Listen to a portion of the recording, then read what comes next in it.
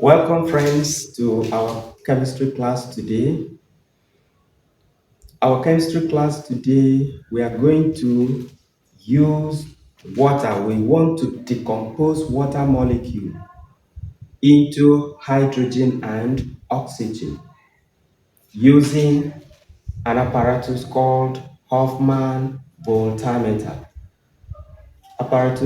This apparatus is called Hoffman voltameter. Never you write Hoffman voltmeter and remove this. If you remove this A, it is Hoffman voltameter. We will mark you by. So it is what a Hoffman voltameter. So this Hoffman voltameter has two electrodes. This is one, this is another electrode fixed on it. And then how does it work? After you have fixed the two electrodes, one is cathode, one is anode, and then you carry your beaker, add water first before you add tetraoxosulfate 6, concentrated tetraoxosulfate 6 acid into it to turn it to acidified water. We want to connect electric current into acidified water. So now while it is conducting electric current, it is allowing electric current to pass through it. The water itself will decompose from water into hydrogen and oxygen gases. And when you balance it, you will see that two molecules of water, when decomposed, will produce two molecules of hydrogen gas and one molecule of oxygen gas. So that is exactly what I am trying to do. So after adding acid into water, remember I said never you add water to acid, instead acid to water. So after adding acid into this water and I have my acidified water, I poured it from this place. And then it goes straight, I've already poured, to circulate into these two tubes. And they are calibrated. The two tubes are calibrated. Now, after doing that, I connect my battery. Remember, we in electrolysis we are talking about using of battery to, that is current, electric current, to decompose a compound, conducting compound. So I connected my battery. The battery, the finger dry cell battery, is too small, and I have to join it, double it into two. So using sellotape to wrap it together. And I use one head to connect to the one terminal, connected one head to this other terminal. The positive, this red wire up goes to positive terminal of the battery, to positive electrode, which is anode. This negative battery terminal, which is this black, goes to a cathode, which is negative electrode. Then after doing that, you start seeing bubbles going up, meaning the water molecule present in this Hoffman voltameter is being decomposed into hydrogen and what? Oxygen. That's the reason you are seeing it going up, going up. This side that you see more bubbles is as a result of is hydrogen, because it's 2:1. So this one will be very small than this one. This one you will see it coming up, but this one you will see very small, which is oxygen. 2:1. I am decomposing water molecule into hydrogen and oxygen. Let me draw the camera closer so that you can see the bubble.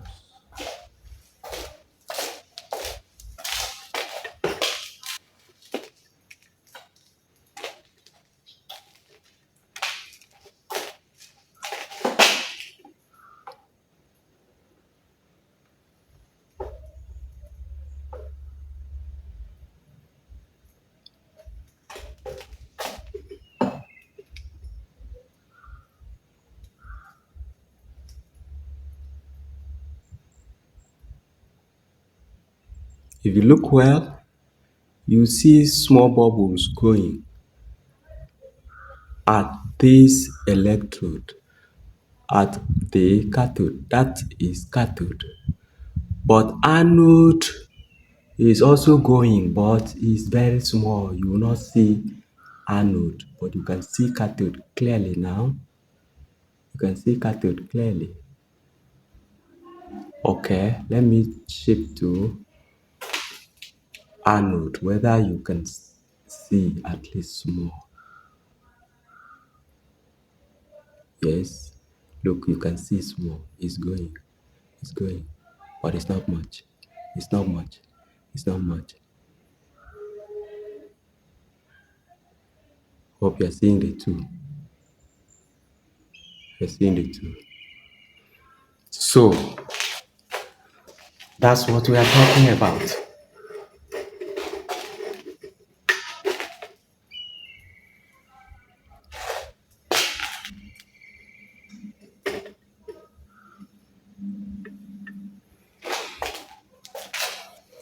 So we are trying to decompose. You can see that the water molecule is being decomposed, and what will happen is that the space created here, if you look at this, it stops it from here. From the time I started this reaction, I pulled these two tubes, but now this one has gone down up to this place. This way it stops,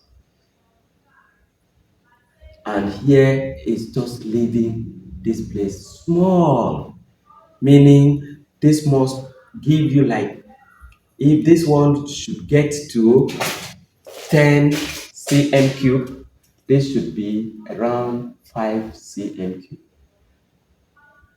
So this must be half of this, because it's 2 is to 1. Now, having known what is happening inside the Hoffman voltameter, let's bring it to the board and see what we can derive from that reaction.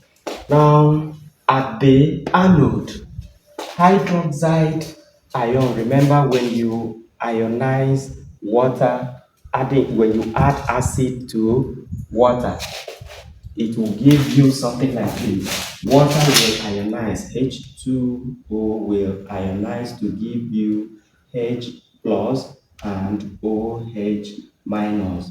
Then tetraoxosulfate 6 will ionize to give you H plus and SO4, 2 minus. Now balance the equation since hydrogen is 2 here. So make this place 2. Now you have balanced the equation. These are the ions that are present in that solution. And now you have hydrogen ion. You have hydrogen ion as what? A cation in that electrolyte. So this is the one that will, because they are the same, anyone can go. But these two, if you consider there, you see that this is far up than this. There, you see their position, they are not close by. So the one above will be discharged in preference to the one below, because they are not close by. The previous class that I taught you, because they were close, and we considered the concentration of this, which was higher. But in this case, they are far apart. So this one above will be discharged in preference to this one below. So the transfer of a 6 ion will remain in the solution, while this one hydroxide ion will be discharged. Now, let's see how it can be discharged. So at the anode, the hydroxide ion will go to the anode and release the excess electron. This minus is showing you that OH has excess electron. So it will release the excess electron, and the electron will flow from the anode down to the cathode. So that, after releasing the electron, this is the electron, it is now without that electron. So Now, another one will do same and form this and with electron. So the two of them will now react together to form one molecule of water. Just collect hydrogen from here, add to here. You have H2O, which is water. Oxygen atom is also produced, one oxygen atom. Another set will do same. Another two sets will do same and produce another oxygen atom. So the oxygen atom, the two oxygen atoms will now pair up together and form one molecule of oxygen gas. One molecule of oxygen gas. That means you are using four hydroxide ion to get one molecule of what?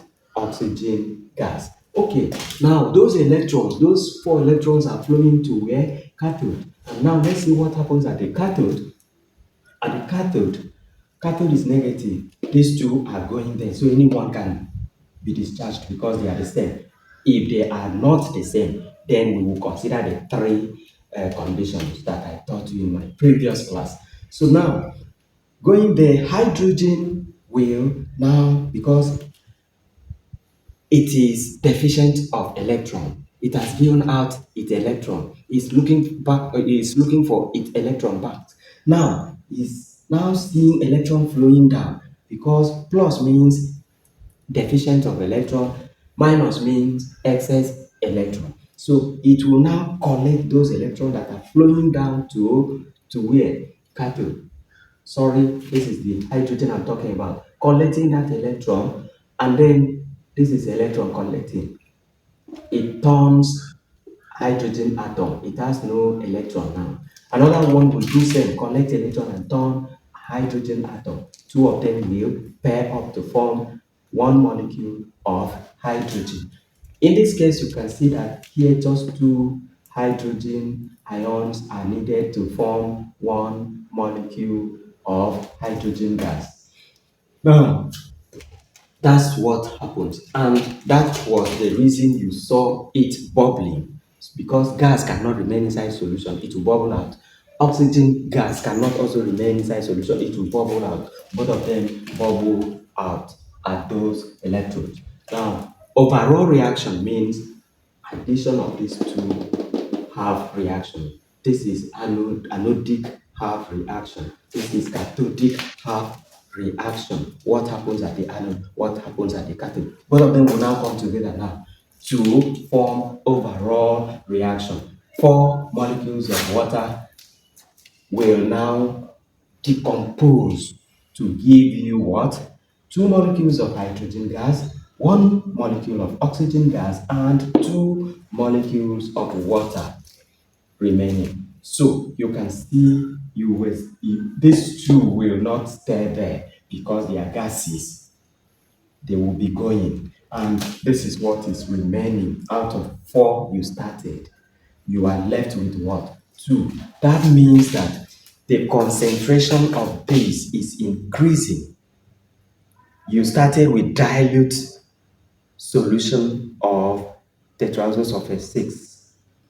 But with time, if I allow it to remain for a long time, more gases will go. These gases will be going, whereby reducing the quantity of water because it's water that is decomposing. Nothing is happening to the acid. But with this reaction, the concentration of the acid is increasing small. The concentration is becoming higher,